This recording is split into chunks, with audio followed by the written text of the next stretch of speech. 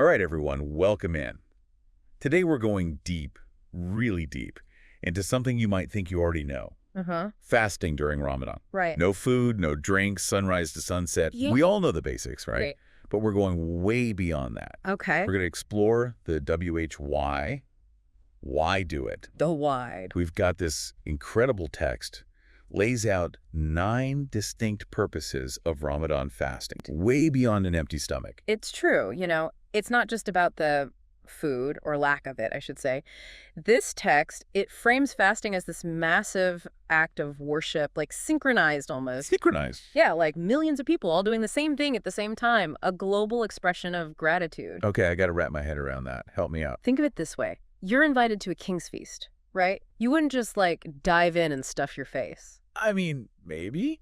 No, you'd acknowledge the host, right? Their generosity. I guess so. Fasting during Ramadan, it's similar to that. On a grander scale, of course. It's millions of people acknowledging the blessings they've been given. Okay, so recognizing everything we have is a gift. Exactly. And this text even goes so far as to say, this is what makes us truly human. Whoa, that's deep. It kind of reminds me of another point this text makes, the idea that gratitude is like the price we pay for these blessings. Like we take food for granted Right. until we're actually hungry. Powerful point. It's like the text compares the things we enjoy, food, shelter, whatever, to gifts from a king, Okay, delivered by a servant. We might thank the servant, sure. but the real gratitude goes to the king. Fasting. It helps us refocus that gratitude towards the ultimate source. Not just saying thank you, but understanding where those blessings come from. Precisely. And that awareness, it makes every meal after sunset so much more meaningful. Oh yeah, I can imagine. The text even uses this analogy of dry bread. Dry bread. Yeah, normally not that appealing, right? Right. But after a day of fasting, it tastes amazing. I can see that. Speaking of food, what always gets me during Ramadan is seeing those donation drives for, people struggling with hunger. Yeah. This text, it talks about how fasting cultivates empathy, and when you actually experience those hunger pangs yourself, man, it really hits home. Absolutely. It's one thing to understand hunger intellectually, Yeah. but to actually feel it, it creates a whole other level of empathy for those who experience it every single day. You see the world through their eyes. Exactly. And that shared experience can be a powerful motivator. Pushes us to be more compassionate, share our resources, advocate for change.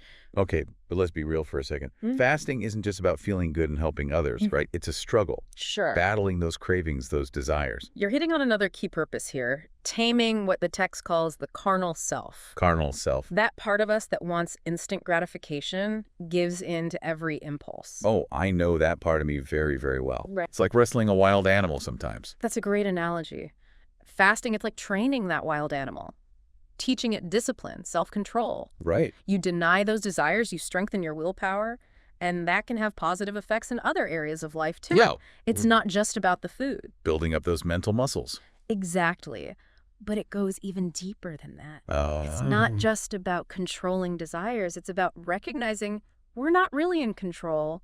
We're dependent, Dependent. fragile even. You know what?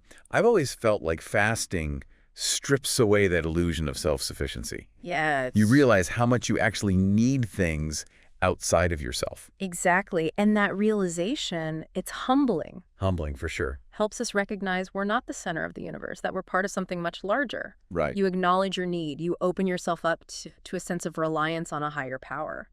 Liberating, actually. Letting go of the reins, Yeah. surrendering to something bigger. And that brings us to Ramadan's unique connection to the Quran.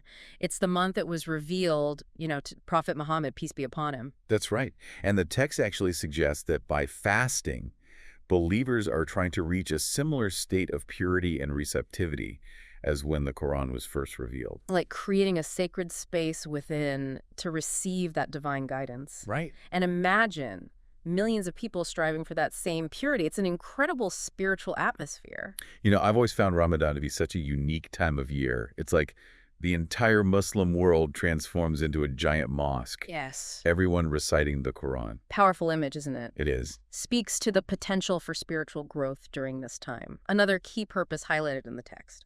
And it's not just about personal growth either. It's like a spiritual investment opportunity, right? Yeah. I remember hearing someone describe it as like a divine sale on good deeds. That's right. The text emphasizes that rewards for good deeds are multiplied during Ramadan, encourages us to make the most of this time, invest in our spiritual well-being. Even specific acts like reciting the Quran, especially the verse of the throne, are said to have amplified rewards. So it's like a reminder to, I don't know, double down on our spiritual practices. Exactly. And what's fascinating is that the benefits extend beyond the purely spiritual realm. The text also touches on how fasting impacts our physical and mental state. Now, this is where it gets really interesting for me. People talk about the health benefits, but I'm curious about how fasting impacts our other senses Okay. and brings out these, what the text calls angelic qualities. Interesting. Well, when the stomach takes a break, right? Yeah. The other senses, they become more acute. Okay. It's like they're finally getting a chance to shine. I'd like that. And by suppressing those physical desires, it allows a different dimension to emerge. So not just deprivation, but making space for something else to come through. Exactly. And that's where we see those angelic qualities starting to manifest. Increased patience, heightened awareness, deeper compassion. And of course, there are those amazing health benefits that modern science is starting to confirm. All right, you got me hooked. Tell me more about these health benefits. What's the research saying? We'll dive into the science in more detail a little later, but studies are showing that fasting can do things like improve blood sugar control, reduce inflammation, even boost brain function. Wow. So it's good for the body and the soul. Precisely.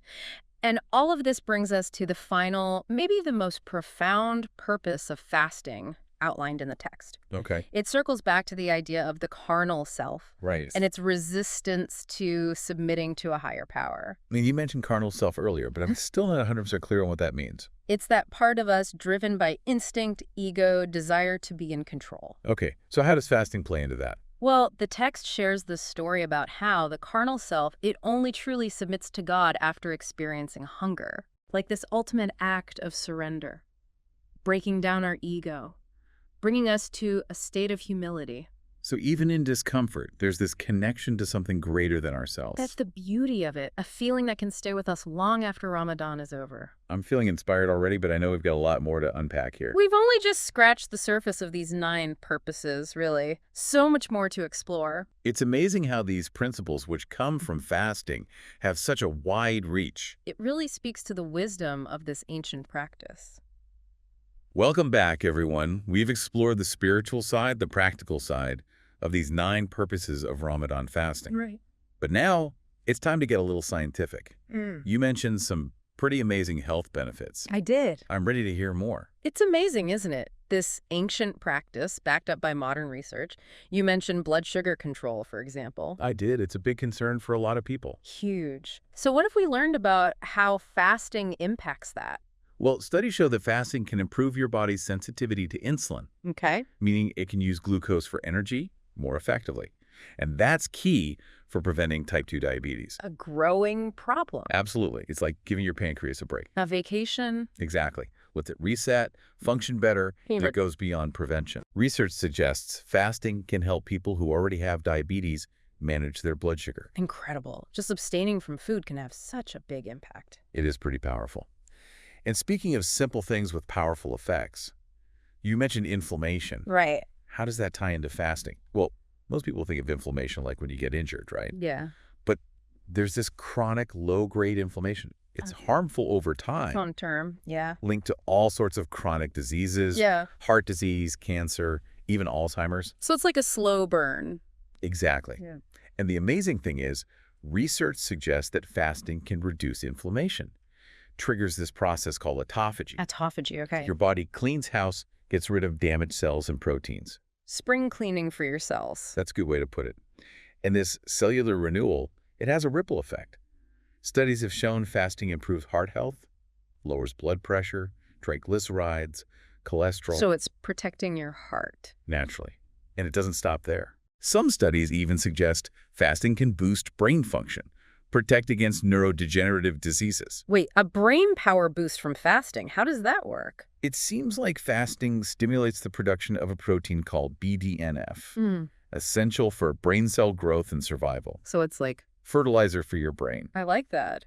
Yeah. This BBNF, it not only enhances cognitive function, but it also seems to protect against age-related decline. Pretty amazing. And I know this is a topic a lot of people are interested in. Weight loss. Yeah. Does the research support fasting for that? There's definitely more and more evidence that fasting can be a powerful tool for weight management. Works on multiple levels. First, when you restrict your eating window, you naturally consume fewer calories. Makes sense. But there's more. Fasting boosts metabolism, Okay. helps you burn calories more efficiently, and it promotes the release of growth hormone, Growth hormone. which aids in fat burning and muscle building. So it's not just about eating less. It's about changing how your body uses energy. Remarkable. Exactly. And that brings us back to those 9 purposes of Ramadan fasting. Full circle. It's not just about abstaining from food and drink. It's about cultivating gratitude, empathy, self-discipline, humility, a deeper connection to something greater than ourselves, A framework for a more meaningful life. spiritually and physically. And when we explore the science behind fasting, we just gain even more appreciation for the wisdom of this practice. We've covered a lot today. I'm feeling inspired. Me too. But before we go, I want to leave our listeners with something to think about. Okay, I'm listening. We've seen how fasting can unlock so many benefits, even for a short time. So the question is, how can we harness the power of these principles, not just during Ramadan, but all year round, to create lasting positive change in our lives, in the world around us? That's a powerful question. I think the key lies in those core values: gratitude, empathy, self-discipline, humility. By cultivating those within ourselves, we can really tap into a transformative potential, make a difference. A beautiful thought to end on. Thank you so much for joining us on this deep dive. It was my pleasure. To our listeners, thank you for being here on this journey of exploration. Keep those minds curious and those hearts open. Until next time.